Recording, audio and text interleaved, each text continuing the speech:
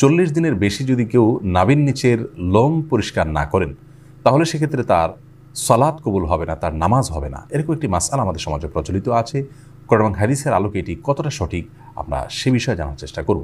প্রথম কথা হলো, হাত পায়ের নখ ছোট করা, গোপ ছাঁটা ছোট করা, বগল এবং নাভির নিচের পশম পরিষ্কার করা, এটাকে চেঁচে ফেলা, এটি সকল নবী রাসূলগণের প্রতি আল্লাহ রাব্বুল আলামিনের পক্ষ থেকে আরোপিত কমন একটি বিধান ছিল।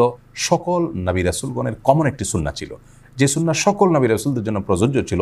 একজন ইমানদারের জন্য সেটি অবশ্যই অনেক বেশি গুরুত্বপূর্ণ। আনাস ইবনে মালিক রাদিয়াল্লাহু তাআলা আনহু একটি হাদিস বর্ণনা করেছেন, যেটি সহিহ মুসলিমে বর্ণিত হয়েছে, সুনান নাসাঈ এবং মুসনাদ আহমদ সহ বিভিন্ন হাদিস কিতাবে বর্ণিত হয়েছে।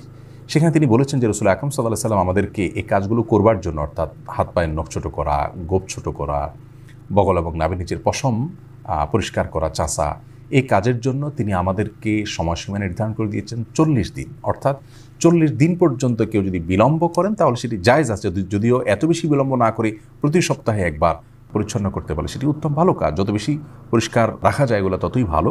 কিন্তু যদি কেউ বিলম্ব করতে চান তাহলে সেক্ষেত্রে তিনি এগুলো না চেষে না কেটে সর্বোচ্চ 40 দিন পর্যন্ত থাকতে পারবেন। 40 দিনের পর যদি তিনি না কেটে থাকেন তাহলে সেটি তার জন্য গুনাহের কারণ হবে। সে কারণে তিনি আল্লাহর কাছে পাপী হিসাবে বিবেচিত হবেন।